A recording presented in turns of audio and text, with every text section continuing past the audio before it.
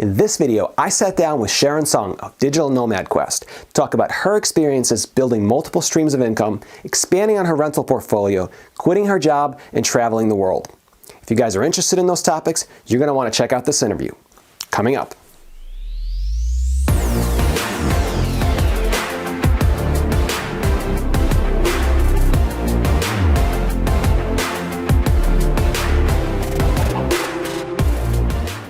Hey guys, if we're just meeting, my name is Vitaly Volpov. I'm a practicing attorney, an active real estate investor, and a part owner of a real estate brokerage in upstate New York. On this channel, I discuss relevant legal concepts as well as best strategies and tips for real estate investing. If you're new to the channel, consider subscribing and hitting the notification bell so that YouTube notifies you of all my future content. If you enjoy the content in this video, hit the like button and comment down below. So I'm super pumped to bring this video to you guys. It was an awesome interview with Sharon. I think she's got a ton of interesting information to share with you. So without further ado, let's check it out and get into the video. All right, Sharon, thank you very much for coming on the channel. I appreciate you coming on, and I got a lot of questions for you, a lot of topics that we want to talk about, but why don't you start off with just giving a little bit about your background and kind of what you do right now. Cool. Yeah. So I'm Sharon, and I'm the founder of Digital Nomad Quest, where I kind of teach people how to build passive income streams while building kind of financial freedom. So basically, back in 2016, I quit my job, traveled the world for around 2 years while building these passive income streams through like Etsy, Amazon, blogging, and things like that. And then decided to come back, and then I'm currently working full-time again as a general manager, actually. So I've been in marketing for, I guess, about 8 years now.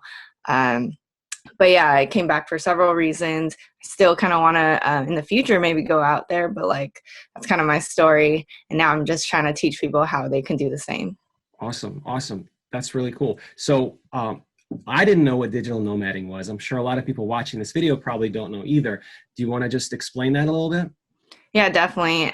So a digital nomad basically can work location independently, wherever with, the comforts of their laptop and stuff like that. So I didn't know the term, like what it meant either. And then like once I found that out and like realized there's a community of people doing that all over the world, I was like, oh my God, I want to try to do that. So that was kind of the what happened and made me want to like leave and stuff like that.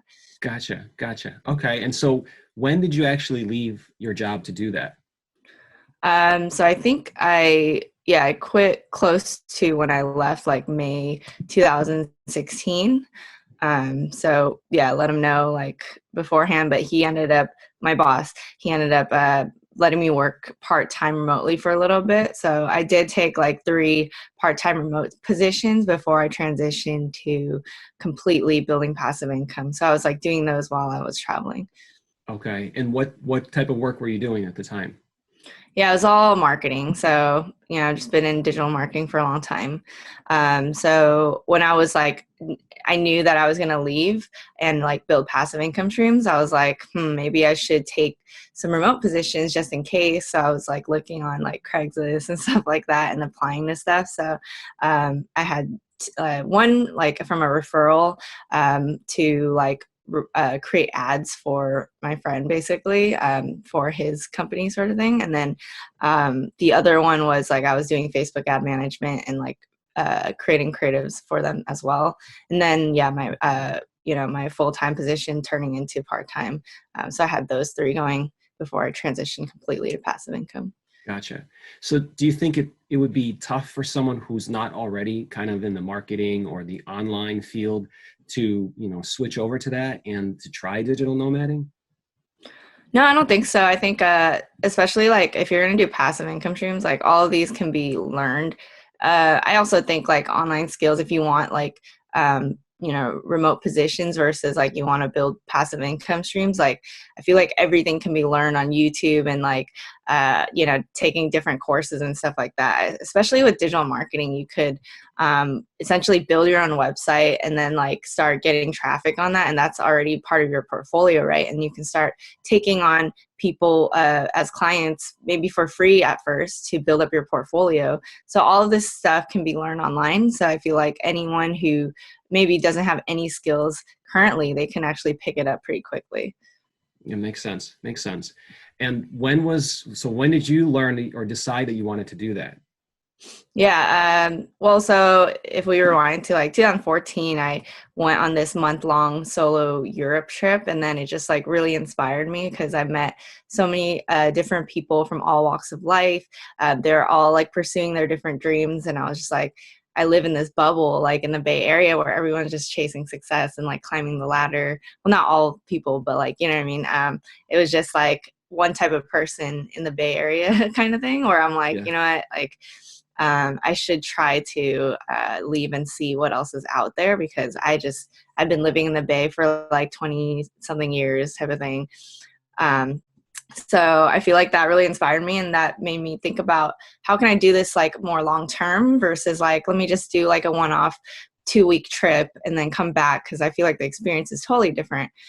So that's what inspired me. And then I just started like studying a ton of blogs and books and a bunch of resources to teach me how to build passive income, because I thought that was ultimately the goal. Like if I had a bunch of cash flow coming in, that I didn't need to worry about finances. I didn't need to like trade time for money type of thing. So I was like, all right.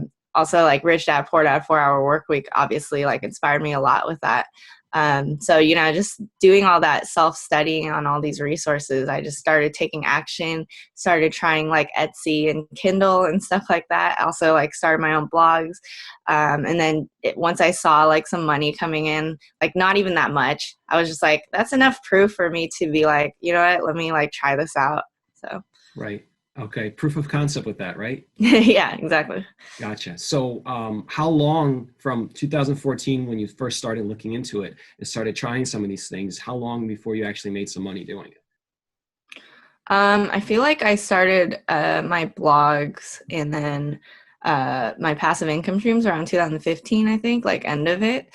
And I think like I started making money maybe like a month in, or like less, I don't know, but it was barely anything. It was like maybe 50 to Sure. $100, you know what I mean? Right. But then I think around then I also started taking those remote positions. So, you know, getting a few extra grand a month type of thing. I was like, well, regardless, like if I'm struggling with the passive income businesses, I still have like those going on. So that was a good way for me to transition, because I'm pretty risk averse. So like I want to make sure I'm financially good.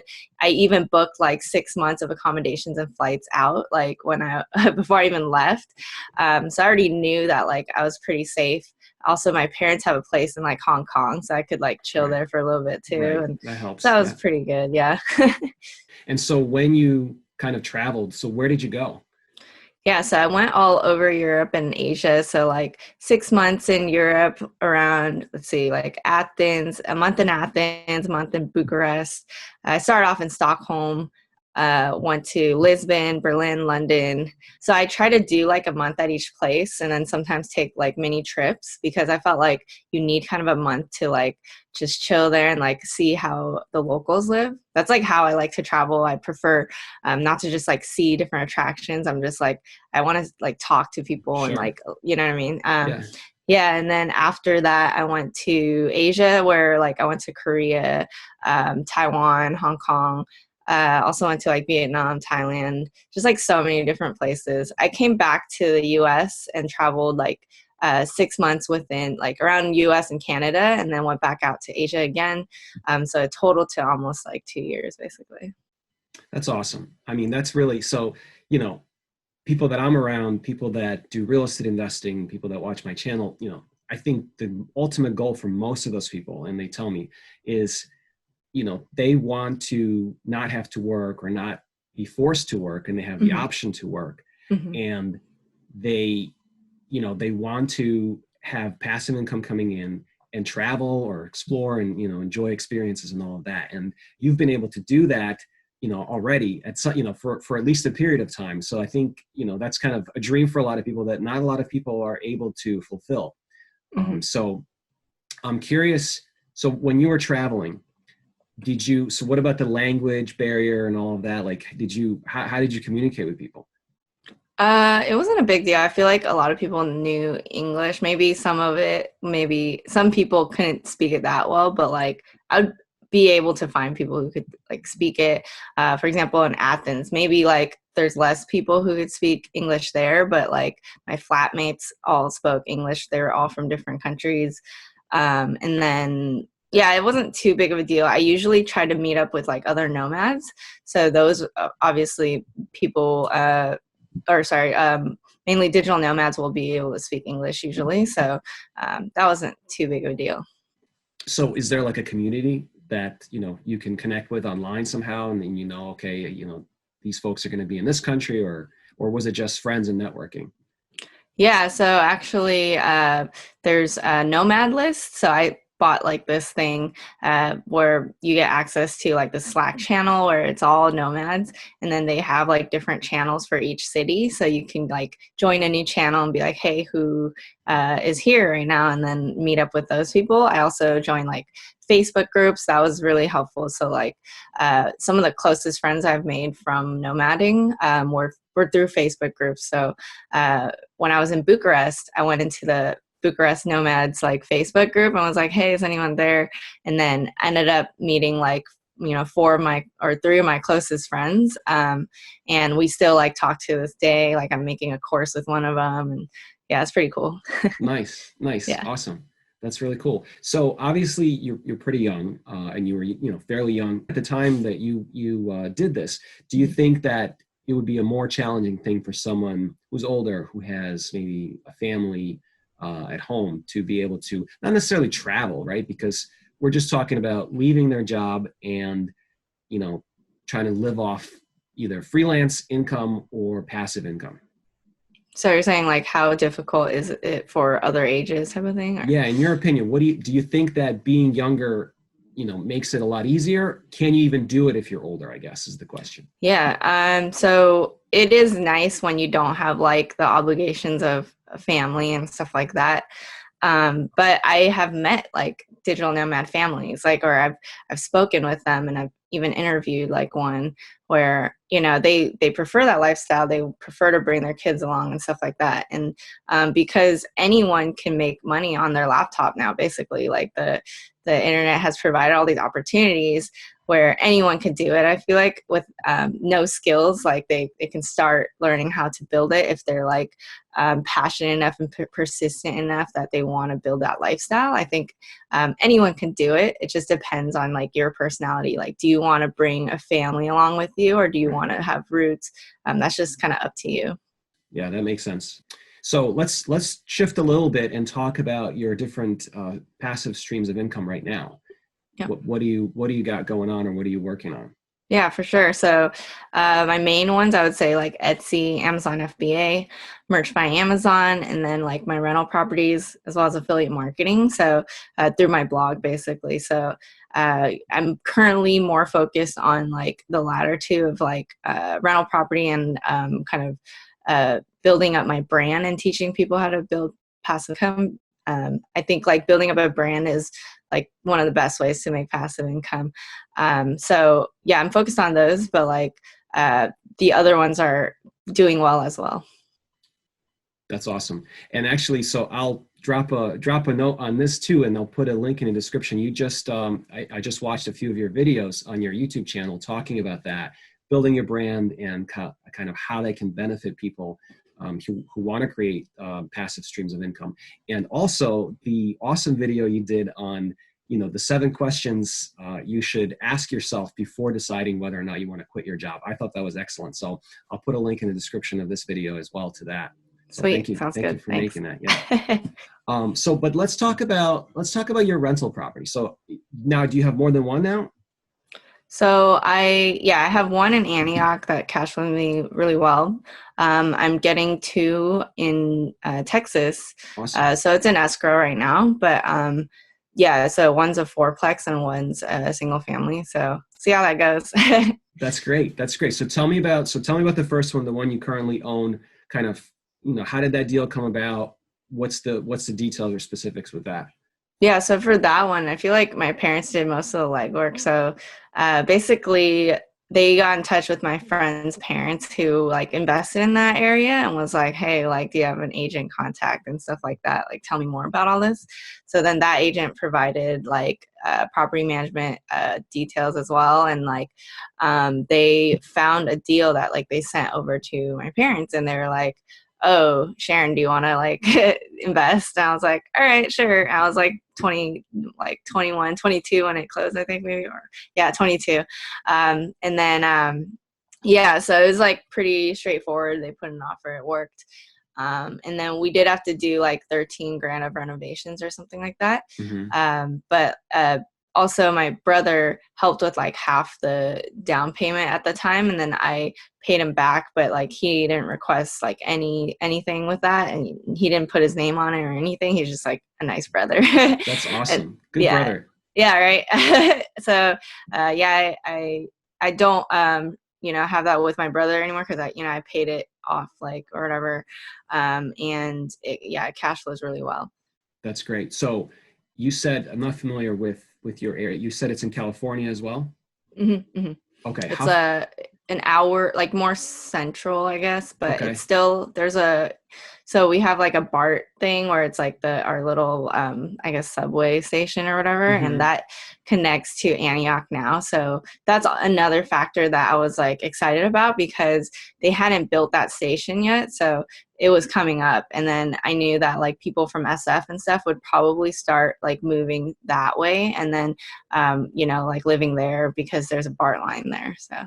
Okay. And so do you mind sharing kind of like purchase price, rental income, that sort of thing? Or do you not, you want to keep that? That's fine. I actually have a video on like how much I make through my rental property. Awesome. So yeah, I like keep forgetting the numbers. So I think it was 265 for like purchase price. Okay.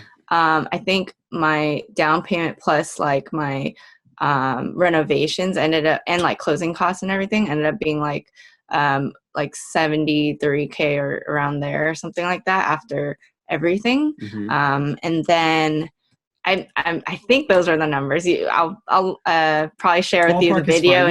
Yeah, sure. Yeah, you should check that video because I have like the exact numbers and everything. And then the cash flow is around like almost 700, so 700 per month, which is really nice.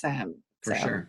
Yeah, because you can't find that anymore, like with the Bay Area. Bay Area can't really cash flow at all. I was going to say, so it must have, so it's been what now, 7-8 years or more since you bought it? Yeah, it's like almost 8 years. Did it appreciate? Yeah. Oh my gosh. It's like doubled basically. So it's great. So that's amazing. Obviously, you know, with real estate, the earlier you can start investing, the more value, the more money the more net worth you're gonna have with it as time passes. So that's really cool. So now you said property management. So tell me a little bit about that. So you're not personally answering phone calls from tenants or dealing with any issues on this? No, I knew I didn't want to. Like, I've never met any of my tenants or anything like that. I don't even know what they look like. But yeah, basically the property management company handles everything. Yeah, so they were like a referral from the agent. So they're all right. I think they're, you know, because at one point I had to evict a tenant because they were like, I was going to ask about that. Yeah. Oh, okay. Yeah. So that was kind of like a nightmare because it took like 6 months, where I think that might be actually normal in California though. Whereas like when I'm, you know, I'm investing in Texas and I'm talking to property management companies where they're like, yeah, that happens. And like, it ends within like under a month, basically. They can get them out like a few weeks maybe. So I'm like, man, I'm like, is it that the property management didn't know what he's doing? Like, I don't know. Cause they had to like they had court things like multiple times. I'm like, man, I don't know what's going on here. So yeah, that was kind of frustrating because that was like vacancy, right? That was like a lot of time where I'm like not getting rent. So that was kind of annoying. But yeah, property management company, I prefer that over like self-management because I just don't want to deal with that. Yeah. And a lot of times you're doing other things. If that's not your main source of income, not your main focus, then you don't really want to put energy and time into it, you know, and property management could be a better way to go. You know, for me personally, in our area, I'm in New York. Right. So far, it hasn't taken 6 months for any evictions that we've done, and we haven't Mhm. had to do too many. So Okay. my business partner and I have been pretty good at, when tenants aren't paying, we basically, work it out with them, or they move out, or we do a Mhm. quick eviction. But California and New York are two of the worst states in the country Yeah. when it comes to landlord-tenant laws, and they're getting worse, yearly, every year. So it's tough. Those are tough. So I'm glad that you're looking elsewhere, because I think also the Bay Area, everything that I've read about it, it's just so expensive. Yeah. All the property, like, do you know what like, if you were to buy a fourplex similar to the one you're trying to buy in Texas, how Oh my much would that gosh. cost in the Bay Area? I mean, I don't think they even like do multifamilies that often here. So I think they only maybe have them more in like Oakland area, but oh my gosh, like I feel like the minimum to purchase usually is like a mil kind of thing. You know what I mean? So like it's crazy. That's Like if you crazy. can get one at like I would say like if you can do 600,000, that's like it's like too many offers are going in where you Mm. can't even like get one. So it's like Hmm. yeah, everything's just crazy over there. So I hear it's really good for flips though. Like people are making six figures on flips Mm. basically. And I know like people, like I have friends who do that. I'm just scared of the risk with that. I Sure. want to be cash flowing really well before I, dive into that more. But I think like when it comes to cash flow, I'm glad I'm looking elsewhere, and I want to just continue doing out of state mostly because it's just impossible here. Yeah. That makes sense. So let's talk about the one out of state. So how did you find that? Who's helping you kind of in Texas? Who's on the ground kind of doing that legwork? Yeah, so I basically looked through some data and then filtered kind of with like job growth and like population growth, crime rates, and stuff like that to see cities that I might be interested in investing in. So I ended up looking at this city around Austin. It's like an hour north-ish. And then started calling kind of property managers as well as like agents to see like who I could work with. And like the agents usually refer some property management companies as well. But basically, just speaking with these people helped figure out like which neighborhoods in the city that are good, and then they'll start sending deals. Like agents will start sending deals over, and then the fourplex that I first got was through like the agent sent me it and was like, hey, like check this out. And then the numbers looked really good. So I kind of ran it through a property analysis calculator type of thing that I realized like it's a good one where there's 3 tenants already in there. So the fourth one is vacant, but like, those I think could already cash flow like with the 3 tenants in there. And Mm-hmm. then, so that was just like, it felt pretty risk averse. So I was like, all right, like, let's try to do this. So, yeah, got the, put an offer and then got it. So we're working on that. And then the second one was a single family. It's like super cheap. It's like 20 something K, which was like crazy. So it's like kind of an experiment because I found it on Bigger Pockets. So we'll see how that Yes. goes. I Yeah. love that site. Yeah, for Right. sure.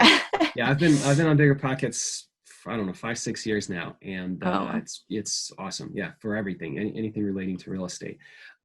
So okay, I have a ton of questions about the two in Texas. So, and let me back up just so I make sure I understand fully. So mhm. you have a single family in California? Yes. Okay, Yes. single family in California that we just talked about. Mhm. And I forgot to ask you, do you own that one? Are you the only person on title, or do you have your parents kind of as co-owners? It's just me. Just you. Okay. Yeah. So, and then the two in Texas, you have the 4 unit under contract, and is the single family also under contract right now? Yep. Yes. Okay. And what is the purchase price for the 4 unit, and what are the rents right now, or what do you expect them to be if you were going to be raising? Yeah, so the purchase price was like 175, and then the rents I like they're not that high, but like so currently the 3 units they're running for like 500 each. Hmm. So then I'm trying to raise it to maybe like 600 and then try to look for tenants for the fourth one for 600. So that would be around 2400 if I can get it around that. So either way, like if it's 2,000 to 2,400, like that's pretty good. Like I think I would only be paying around 1,000 for like mortgage and homeowners insurance and property tax. So should be cash flowing pretty well. Yeah. So unless there's like hidden things that I hadn't thought of, I know like I accounted for vacancy and for repairs and management fees on my little calculator thing. So like even with that, I think it cash flows pretty well. I gotcha. So what is management charging you? Yeah, so I'm gonna go with a company that charges 10%. But then like I've interviewed some that were like 8%. It's just that I saw the reviews of this one that charges 10% and it's like really high that I'm just want to be safe, especially for an area I'm not familiar with. I have visited that property, but I don't know too much about that area, you know what I mean? So I prefer to have like a really good company that can like manage everything. And are you planning to own it in your own name, or are you using some type of entity like an LLC? It's going to be under my own name, but if I do like scale up, then maybe I need to look into that. You know what I mean? Yeah. You know, I recently started talking about LLCs on my channel. I'm going to be doing a lot more of that in the near future, but everything that I own almost everything. I own a couple of properties in my personal name, just like you when I started out, that's what I did. But almost everything else is in different LLCs, you know, one for each property. In California, I've looked into that a little bit there. California is actually, you know, just like I said, they're not the greatest for landlords. They're also not the greatest for, you know, business owners or people who want to own real estate through LLCs. They have all kinds of expenses and costs for you guys. And I believe they'll even charge you franchise taxes if you have an LLC that you formed in California, but you own real estate in another state with. They want to get a piece of that too. So you've got all kinds of other restrictions on you there. But I have an LLC for my online business side, but like, it's like 800 a year or something. So it's like if you try to do multiple, it'll start adding up. Cost prohibitive. Yep, exactly. Yeah. So, and when are you closing on those two, or when are you expected to close? Yeah, in March. So it should be coming up like early March and mid-March for the properties. Awesome. So that's exciting. Yeah, that'll be should cool. be exciting. Yeah. Are you going to do any videos on your YouTube channel about that, kind of updates and things?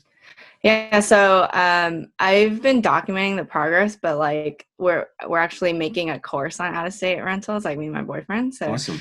Yeah, so I wanted to have all of that so that like people could follow along, like step by step how to do it, kind of thing. Because I think like people might understand the concepts, but not know, like they just want a lot of hand holding, and I want to help them through that because I get it. You know what I mean? I'm like, I don't know what to say or whatever. I want to be like, here's the script. Here's like who you should hit up.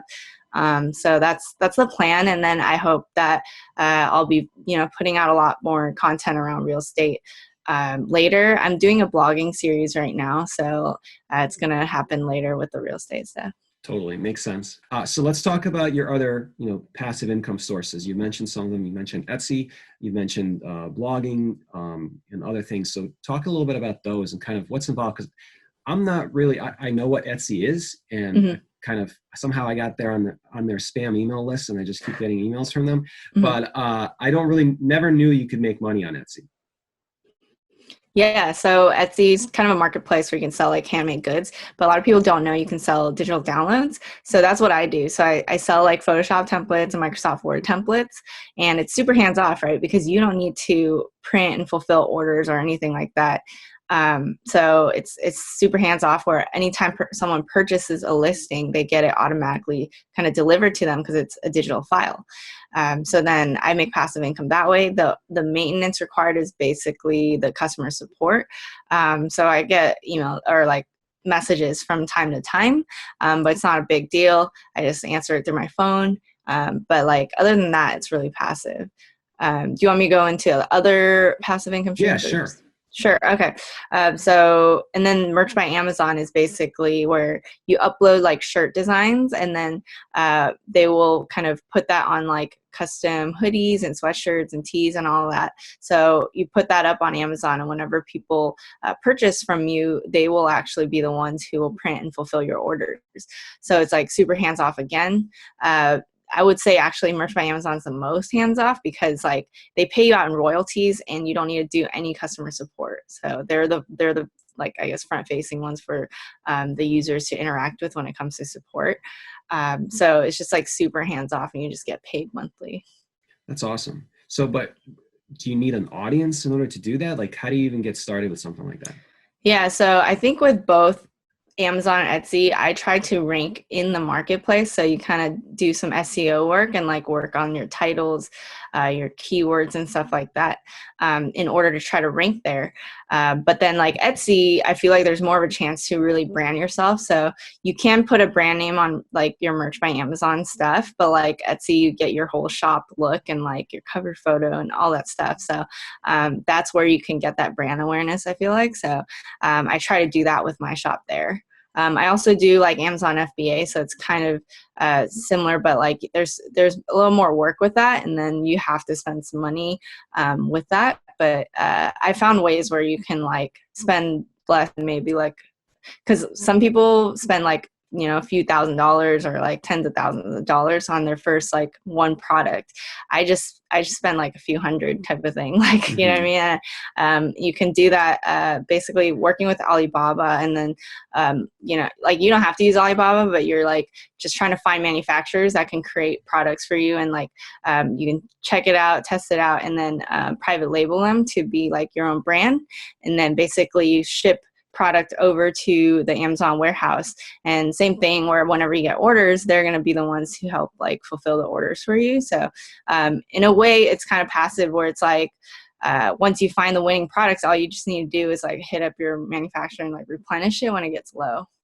So with Amazon FBA, you first you start with research, right? You figure out what is selling, or what might be a good product for you to sell, and then you're basically going to the manufacturer or the wholesaler, right? I guess that's my one question I have about that.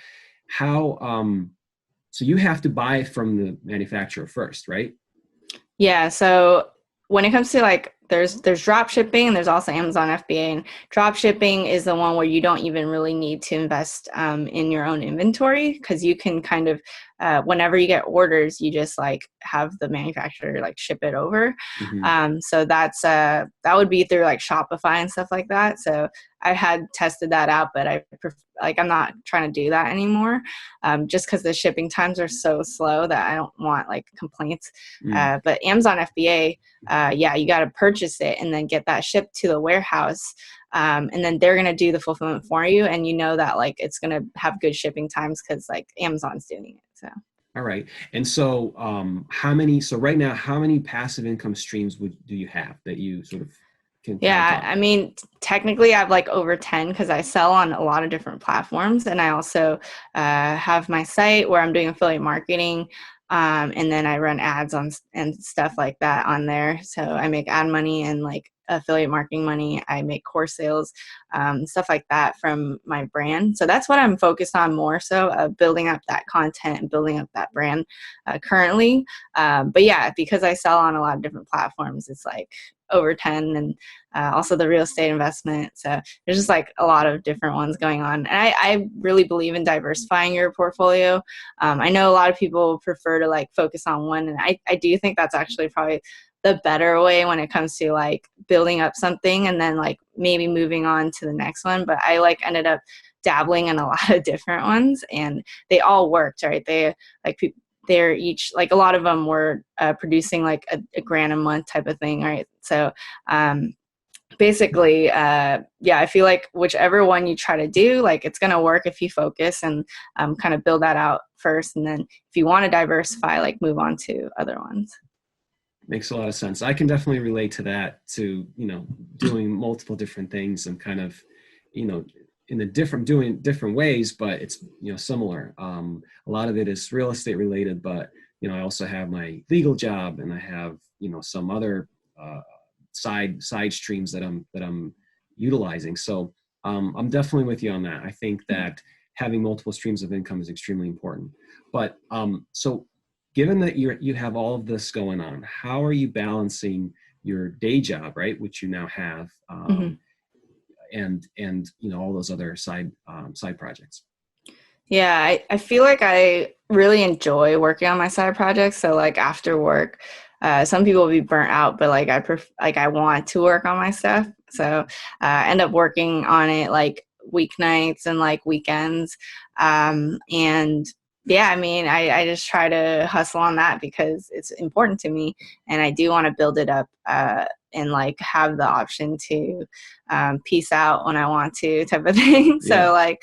I mean, right now though, my job is great and I'm learning a lot from it. And it's one of the reasons why, so I came back from digital nomading, building passive income. Like, is great, but it wasn't like fulfilling enough to just like depend on different marketplaces and like build those up.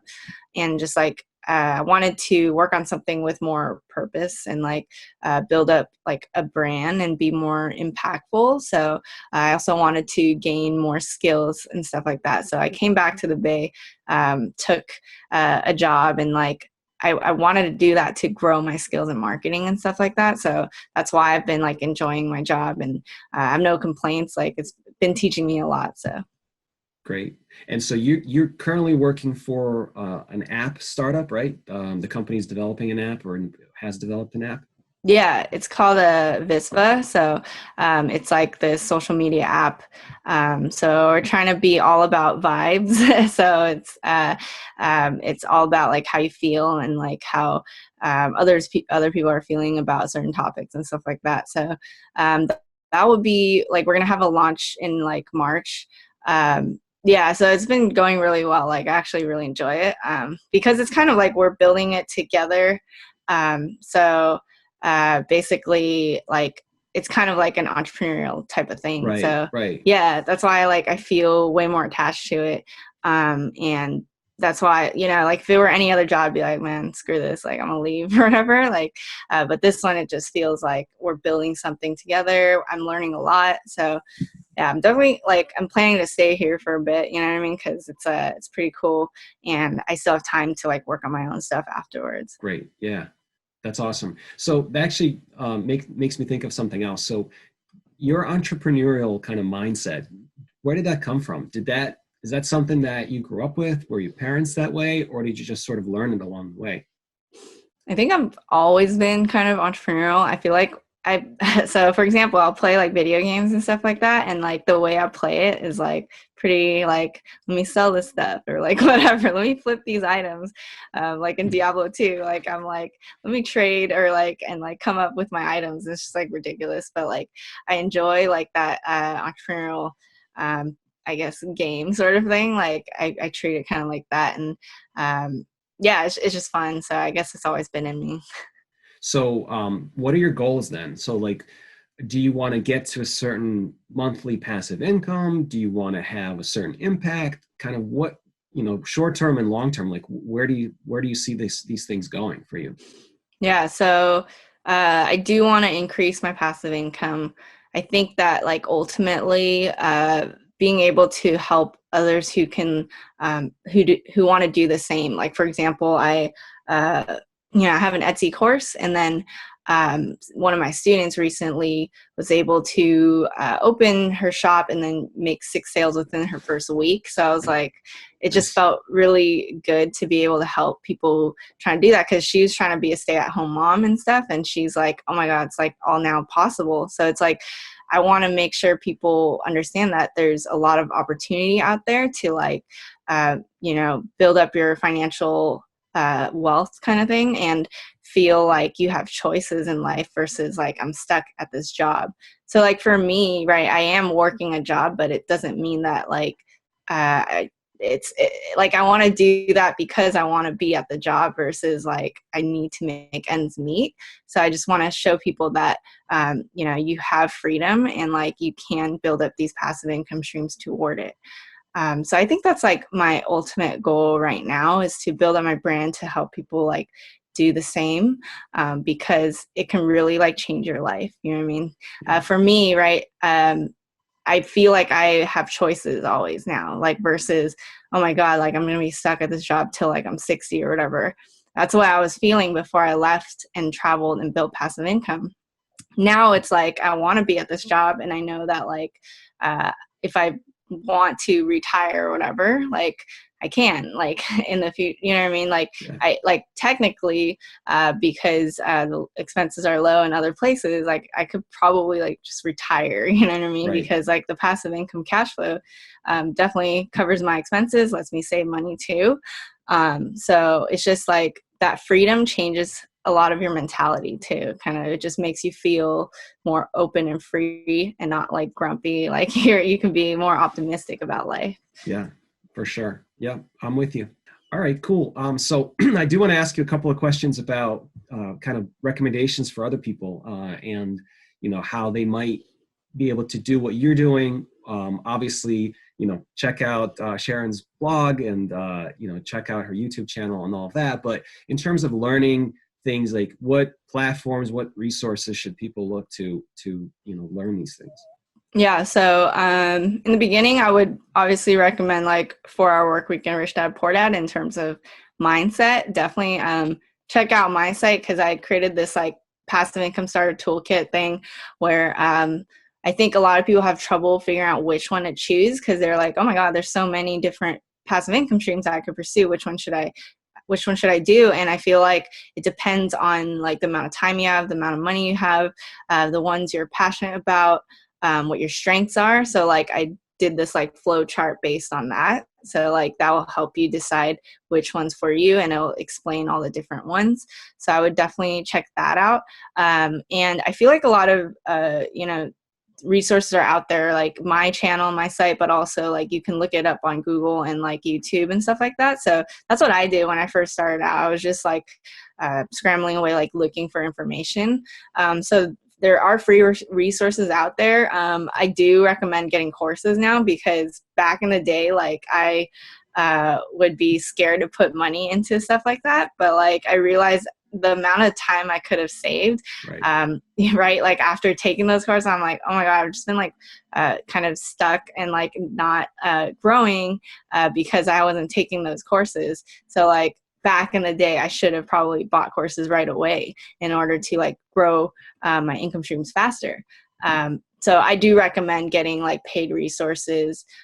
Depends on which income stream you're looking for, but I guess like my recommendations are on my site and like my YouTube channel and stuff of like different courses you can take. I'm also going to be releasing like a blogging course and like obviously the out-of-state rental course. And I hope to get into Amazon FBA as well. So me and my boyfriend are building up our Amazon business type of thing. So hopefully we can get all of those out. So like my goal is to teach everyone like step by step how to do everything, to show them easily like, hey, these are all possible. So I hope to be that resource in the future. Awesome. Well, Sharon, thanks again for coming on the channel and having a conversation with me. I think this is super valuable. For anyone who's watching, obviously check out Sharon's blog, check out Sharon's YouTube channel. Anywhere else they can reach you, or you want them to look for you? So if you're trying to look on social, like it's just my full name, Sharon Sung. And then I have a podcast, the Digital Nomad podcast with Sharon Sung. And you could probably just look me up with my name or Digital Nomad Quest. Awesome. Well, thanks again. We'll talk soon. Take care. Awesome.